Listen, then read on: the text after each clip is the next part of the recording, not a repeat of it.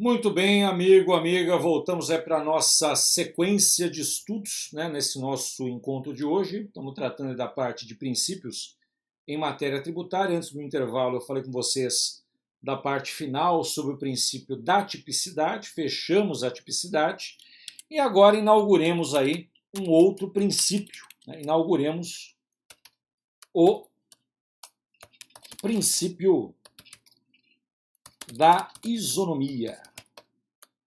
O princípio da isonomia previsto no artigo 150, no inciso 2 da Constituição Federal. Muito bem. Pelo princípio da isonomia, nós temos que levar em consideração o que vem descrito na Constituição e, basicamente, você vai chegar na seguinte conclusão. Os contribuintes que se encontram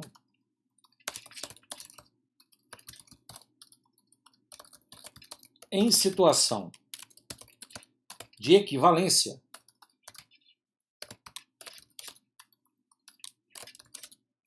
não podem ser tratados de forma desigual pelos entes federativos. Então, basicamente, aqui é aquela máxima vinculada por Aristóteles, né? Tratar iguais como iguais, desiguais como desiguais, na medida de suas igualdades e de suas desigualdades. Então, a ideia é justamente essa: fazer com que contribuintes que estão na mesma situação de equivalência sejam tratados da mesma forma. Então, aqui é uma derivação do princípio,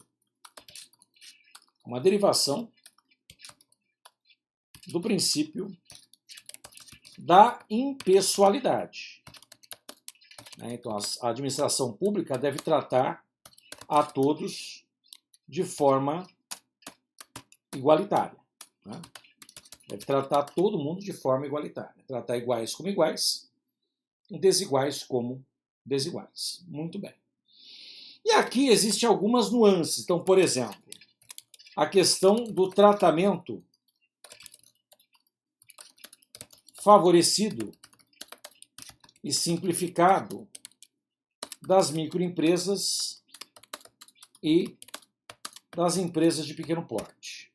Veja, o tratamento favorecido também privilegia o atendimento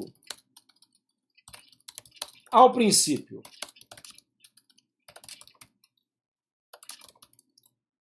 da isonomia, visto que o pequeno empresário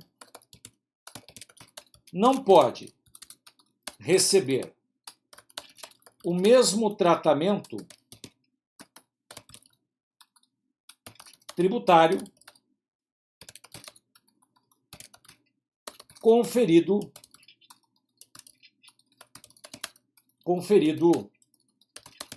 a uma grande corporação. Então, o tratamento ele tem que ser distinto. Eu não posso conferir o mesmo tipo de tratamento que se dá, né, a um pequeno empresário, a uma grande corporação. Por quê? Porque isso seria considerado uma afronta aos princípios da livre iniciativa e livre concorrência, que são vinculados categoricamente aos critérios isonômicos. Da mesma forma, eu tenho que ter obrigações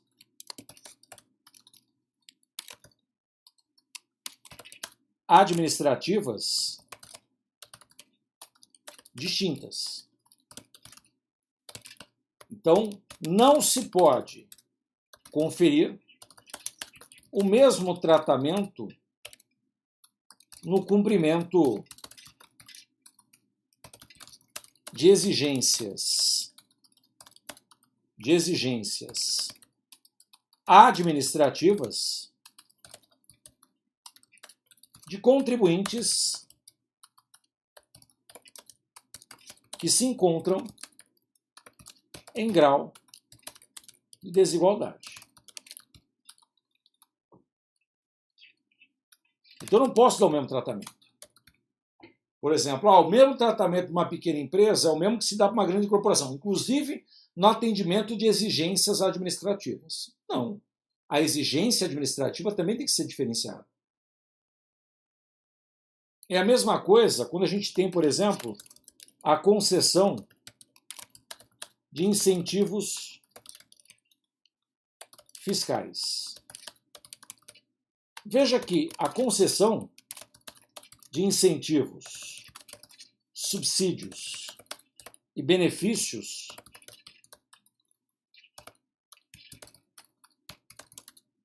fiscais devem ser conferidos, ou deve ser conferido, em observância ao princípio,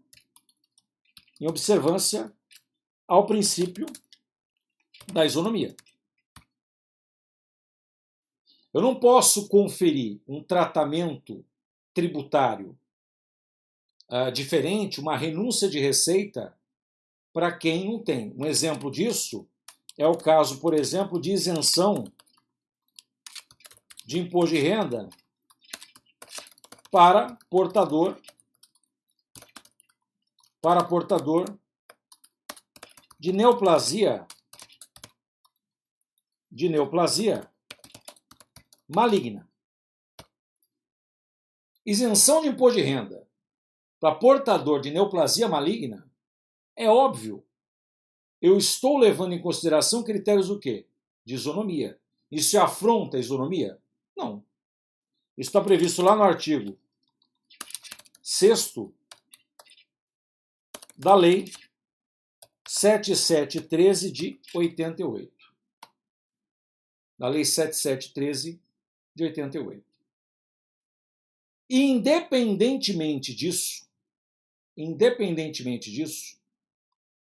além do princípio da isonomia, nós temos um outro princípio, que é o princípio da irretroatividade tributária. Esse princípio ele vem descrito no artigo 150, no inciso 3, na letra A da Constituição Federal. E esse princípio, ele basicamente, ele vai determinar o seguinte. Veja, a lei tributária não poderá ser aplicada aos fatos geradores ocorridos anteriormente à sua vigência. A lei tributária não pode ser aplicada aos fatos que ocorreram anteriormente à sua vigência. Ou seja, isso basicamente é a situação básica, né? Toda norma ela tem efeitos prospectivos. Então, se a lei entrou em vigor hoje, ela projeta seus efeitos de hoje para frente, não de hoje para trás. Então, toda norma ela gera efeitos prospectivos. E em matéria tributária, nós ainda temos uma regra geral. A regra geral é que a lei a ser aplicada é aquela vigente na época da ocorrência do fato gerador. Então, a lei que deve ser aplicada é aquela vigente na época da ocorrência do fato gerador. Inclusive, o lançamento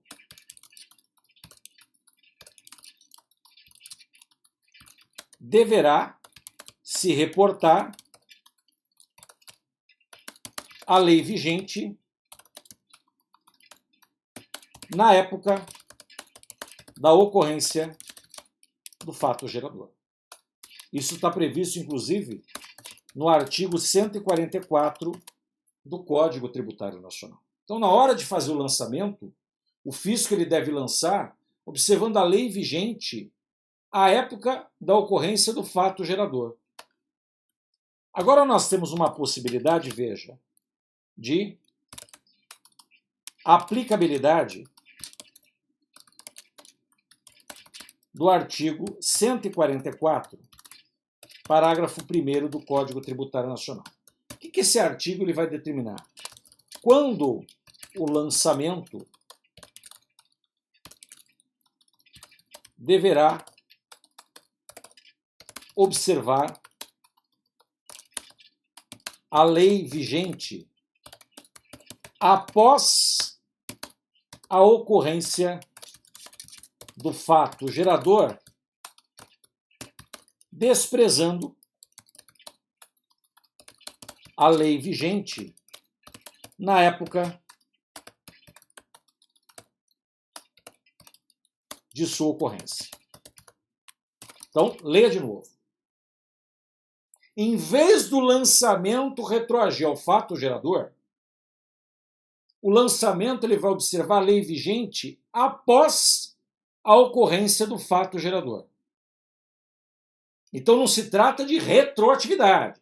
Ele vai simplesmente analisar a lei que entrou em vigor depois. Então, você vai colocar que o lançamento se reportará à lei posterior ao fato gerador, primeiro, quando a lei posterior modificar os critérios de apuração e arrecadação tributária. Então, se a lei posterior ela muda os critérios de apuração, então, por exemplo, olha, antes não se exigia tal livro, só que agora se exige.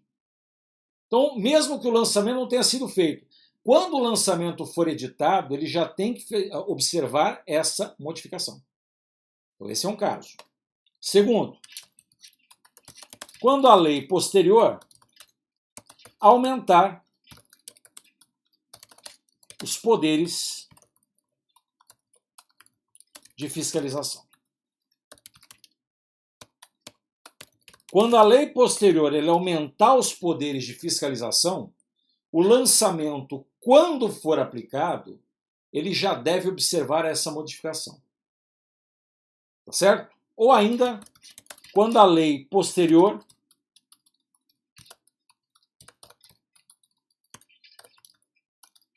conferir maiores garantias e privilégios ao crédito tributário. Então, quando a lei posterior conferir maiores garantias e maiores privilégios ao crédito, eu também vou aplicar a lei que está vigendo após o fato gerador. Beleza? E aí, obviamente, os concursos vão te perguntar se existe uma exceção ao princípio da irretroatividade. Quando eles te perguntam a exceção, eles querem saber o seguinte. Olha isso. Eles querem saber o seguinte. A possibilidade da lei tributária ser aplicada aos fatos geradores ocorridos anteriormente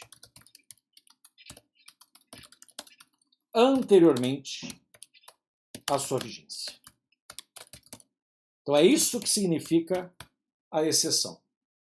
quando que a lei tributária pode ser aplicada aos fatos que ocorreram antes de sua vigência. E de acordo com o STF, tal possibilidade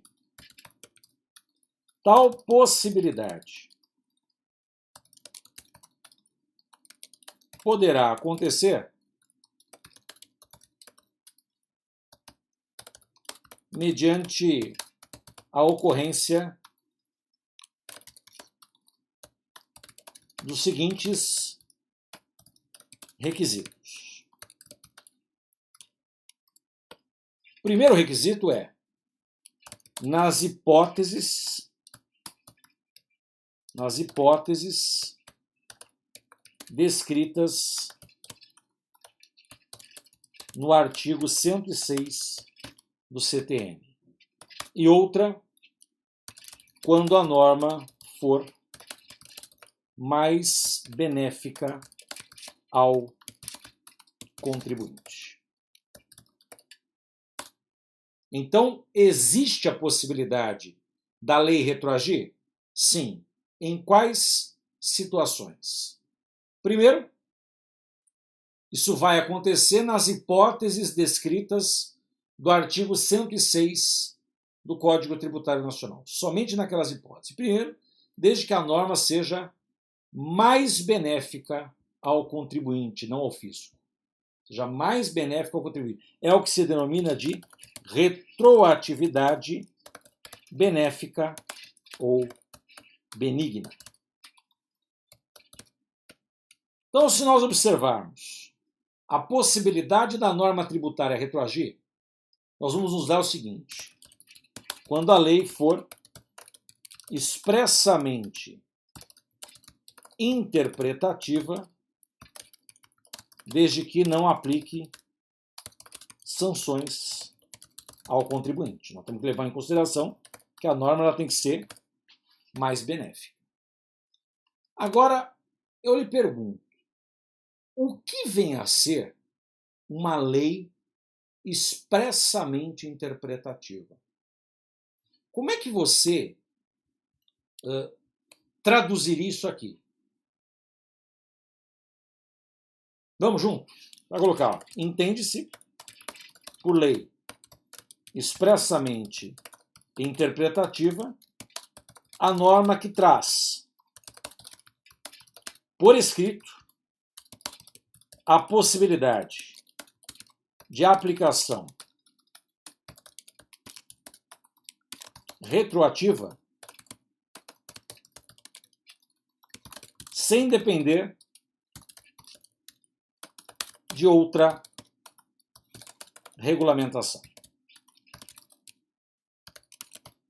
Então nós estamos falando aqui de uma norma auto-aplicável.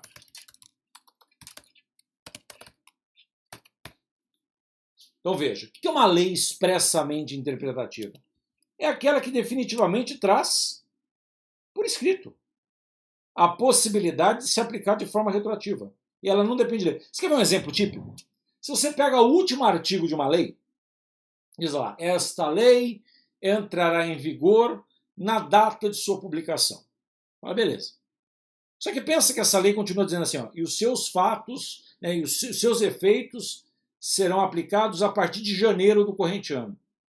Por mais que a norma tenha entrado em vigor em setembro, você está falando para entrar em vigor a partir de janeiro do corrente ano, é uma norma expressamente interpretativa. Sabe onde você vê isso? Um exemplo? No artigo 5º da lei, deixa eu lembrar aqui, 13.259 de 2016.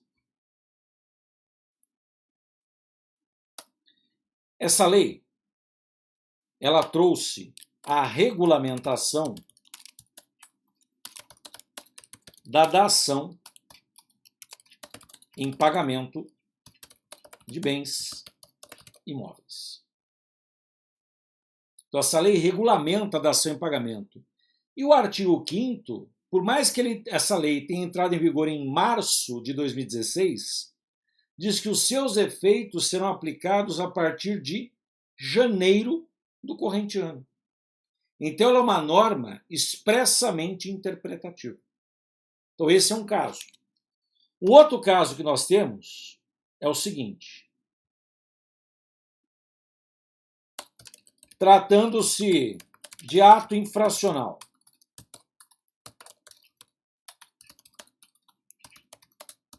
não transitado em julgado, cuja lei posterior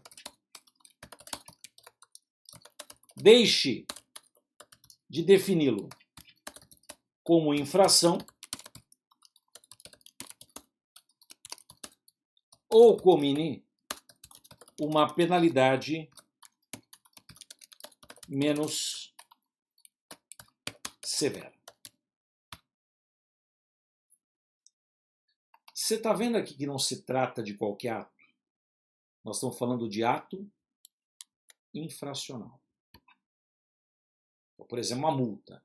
E isso aqui não pode ter transitado em julgado. E a lei posterior, que entrou em vigor posteriormente, deixou de definir esse ato como sendo uma infração ou aplicou uma pena menos severa. Aí eu aplico a retroatividade normativa.